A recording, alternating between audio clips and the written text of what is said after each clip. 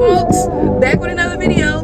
So I don't know about you, but the fact that we are basically in the middle of the month of September, mind-blowing. So many things have unfolded for me personally within the last month that's put me in this space of really having to learn how to do intimacy with God in a new way.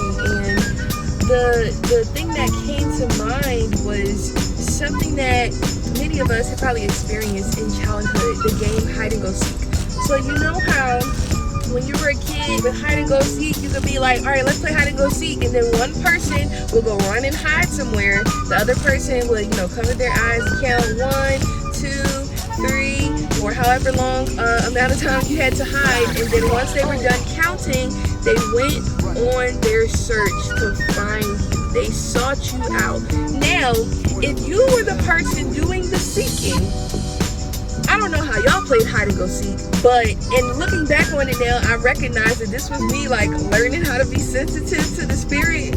Listen, I don't know, but if I was a person doing the seeking, I would always, after I finished counting, I would be like, okay, I'm about to start looking, and I would just stand still for a few more moments with my eyes closed so I could try to feel where the other person was. Now, if you're not very conscious of your body or of, how things make you feel, you may not necessarily understand this dynamic that I'm explaining. But I could literally tell, okay, my eyes are closed and it feels like the person is to my left, or it feels like the person is behind me. That was a sense of awareness and connectedness that I had in the moment that would often lead me to wherever the person was who was hiding. Now, if I was the person who was hiding, when I went to go hide myself, I put myself in a position where it wasn't very easy to find me. It wasn't impossible to find me, because the point of the game, the point is to not be found, but you do want to be found so that you guys can switch and you can become the person who's seeking. But nonetheless, the imagery that I'm trying to paint here is, if I was the person who was hiding, I would put myself in a place where I wasn't easily seen, but I was still able to be found. And once I put myself in that position, whatever that position was, I did not move.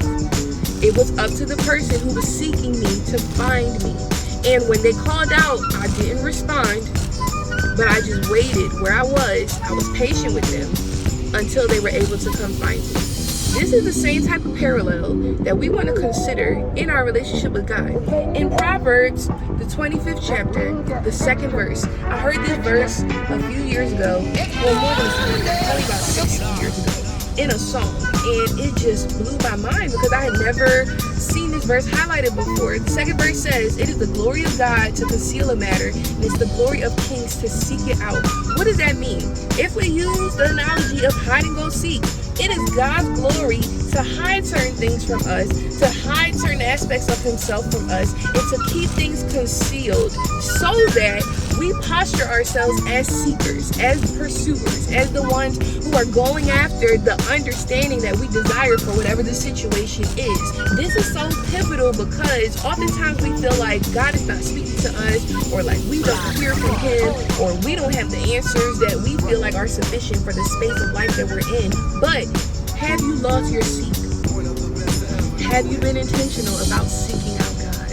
And the beautiful thing about this dynamic of God concealing himself and that being his glory, and us seeking him out and that being our glory, is that when we fulfill our roles appropriately, so when we posture ourselves as seekers to seek the one who we're going after, there is a certain level of glory that we experience in that seek and in the encounter when we finally do find God. So I just want to charge us with this sense of hunger and this sense of pursuit, because our relationship with God is only as active as we make it. It's only as vibrant as we make it. It's only as potent as we make it. And this is not to say that we are making the relationship as a whole, but there has to be a partnership there, and that often starts with your willingness to seek him. So So I just wanted to encourage us with this little message. I'm going to be talking about pursuit of God and what building a relationship with God looks like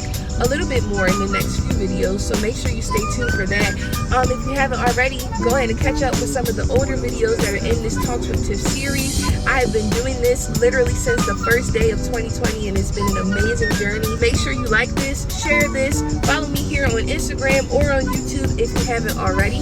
And I look forward to bringing you guys some more cool content in the weeks to come. I'm going to go ahead and wrap this up because I have a couple things to do, and I will catch y'all in the next video.